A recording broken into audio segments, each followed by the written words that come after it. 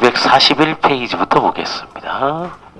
거기서 보실 내용은 요거 67조 2항이 있죠. 관리 주체는 전출하는 입주자 등이 관리비 등에 대한 정산을 요청하면 전출을 하는 날을 기준으로 다음과 같이 산정해서 중간 관리비 정산 내역서를 주셔야죠. 물론 검침이 가능한 것들, 수도, 전기 같은 게 대표적이죠. 그거는 검침한 거에 따라 정산하는 게 원칙이고요. 그 외에는 중간 정산 3개월 전출 전 3개월 평균을 내갔고요. 3개월 동안 월 평균 관리비를 내갖고 그걸 역시 일월 계산하는 거죠. 이달 일수에서 당월에 전출하기 전까지 산 일수만큼 일월 계산해갖고 당월 일수 중에 거주한 일수만큼 정산을 하시면 됩니다. 그래서 3개월을 좀 기억해 두시고 전기 수도는 검침할 수 있으면 검침을 따르는 걸 원칙으로 한다. 기억을 해 두시고요. 그 다음 68조 5항에 가시면 관리비 납부되는 거 항상 체납된 게 있다면 체납된 관리비부터 먼저 납부하는 것으로 합니다. 그래서 체납된 게 있으면 그거 먼저 납부하고 물론 연체료 계산해서 이 체납된 거에 대한 연체료도 받겠죠. 다음 243페이지로 갈게요. 243페이지 중간에 건너뛰시는 건 그냥 안 보셔도 됩니다. 밑줄 그시는 것들만 문제에 언급될 수 있는 걸 최대한으로 하는 거니까 그것만 보시고요. 자, 회계 운영과 관련해서 이건 뭐 다 아시는 거지만 거기 78조 1항에 보시면 관리비 등 예금 통장은 회계 담당자가 관리하는 거고 그 다음 직인 도장은 관리사무소장이 보관하고 통장 관리는 회계 담당자가 하고 도장은 관리사무소장이 갖고 있고 그렇습니다. 뭐 79조는 크게 보증 설정은 크게 볼 거는 없긴 한데 관리사무소 일하실 때 다 보증보험을 듭니다. 관리사무소장은 당연히 들으셔야 되고요. 그래서 주택관리사 협회라든지 공제증권이라든지 아니면 보증보험회사의 보증보험증권이라든지 관리사무소장은 당연히 들으셔야 되고 그뿐만 아니라 자 입주자 대표이 회장도 당연히 물론 복수 인감 등록할 수 있다 그랬죠. 금융기관에. 그 다음 회계 직원도 듭니다. 보증보험. 그죠? 회계 직원도 보증보험 들고요. 최근에 공동주택 단지에서는 일하는 그저 경비, 그죠? 또 청소 이런 부분도 그냥 다 듭니다. 보통 책임 문제가 있기 때문에 그래서 이 정도 그냥 파란색으로 근 건 시험 문제 나오는 게 아니라 그냥 들고 있구나 정도만 기억하시라고. 248페이지로 가겠습니다. 자, 248페이지는 제일 밑에 하단 쪽에서 요거 시험에 보셔야 되는데 자료 보존 있죠? 보존 연한이 있는데 그래서 우리 법령에서 다 살펴봤어요. 그래서 자료를 보존하고 최하 이제 5년이죠. 5년 이상 보존하고 열람 공개해야 되는데 이 중에서 그저 영구 보존하는 것들이 있어요. 영구 보존. 제 1호부터 10호까지는 영구 보존하셔야 됩니다. 공동주택단지.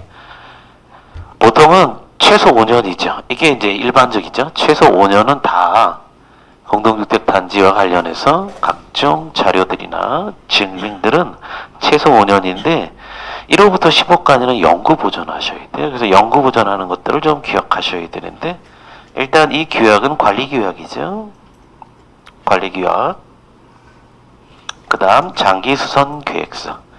이 공동주택 시설 유지 관리할 때 있죠. 필요한 서류들은 다 영구 보존이에요. 그래서 장기수선 계획서하고 다음 장에 가시면 안전관리에 대한 계획서.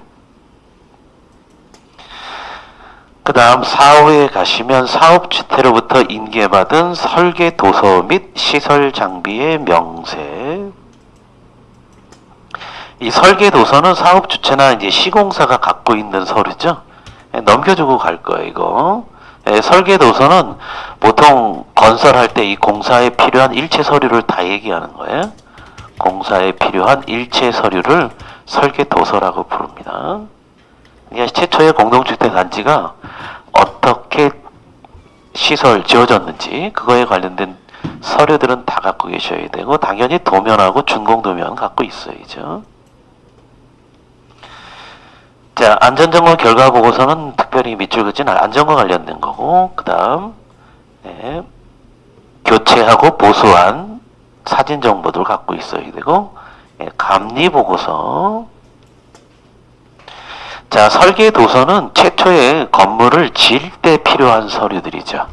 이런 계획을 갖고 도면 있죠. 이런 사업을 어떻게 실시하는지 서류도 다 여기 설계 도서에 있을 거예요. 그럼 감리 보고서는 뭐 하는 거예요?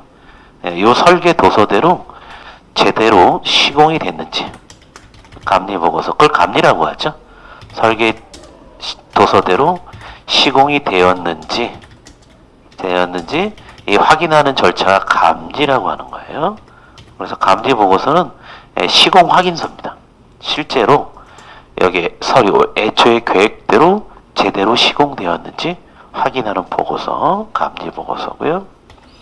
역시 가장 중요한 거 시설물 교체, 유지 보수한 이력, 그 다음 하자 보수와 관련된 이력.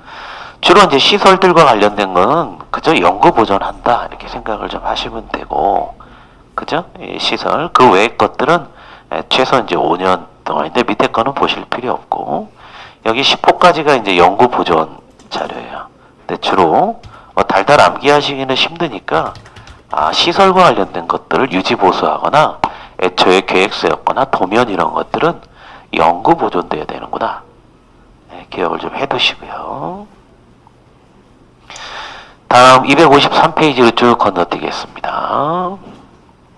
자, 253페이지에서 보셔야 될 거는 이 부대시설과 복리시설을 구분하셔야 되는데, 복리시설을 특히 더 잘 기억을 하셔야 됩니다. 우리 이론 문제, 복리시설과 부대시설 구분하는 문제가 있어요. 주로 입주민들 복리와 관련된 거죠. 그래서 어린이 놀이터, 주민운동시설, 경로당이나 그 다음 주민공동시설, 문고, 문고를 도서관 이렇게 나올 수도 있습니다.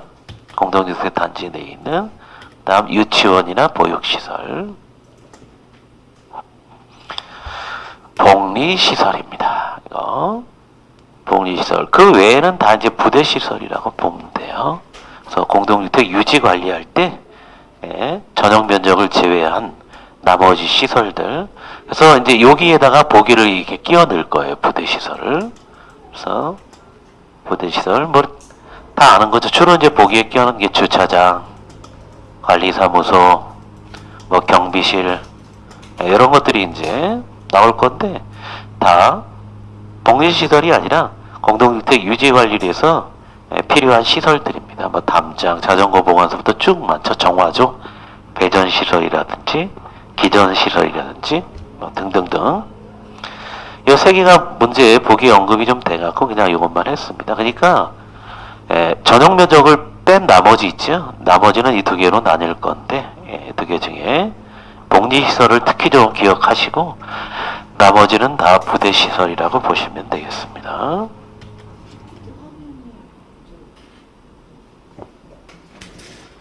그러게요. 화면이 조금 잠깐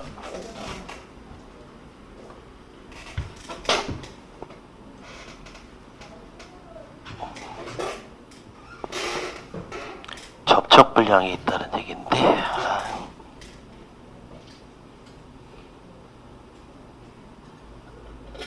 왜 없다가 이런 일이 갑자기 생겨?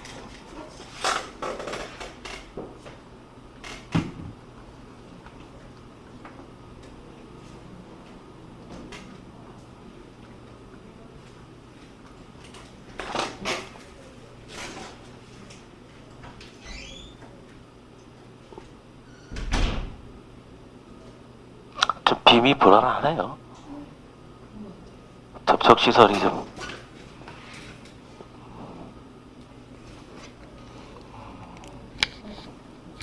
여기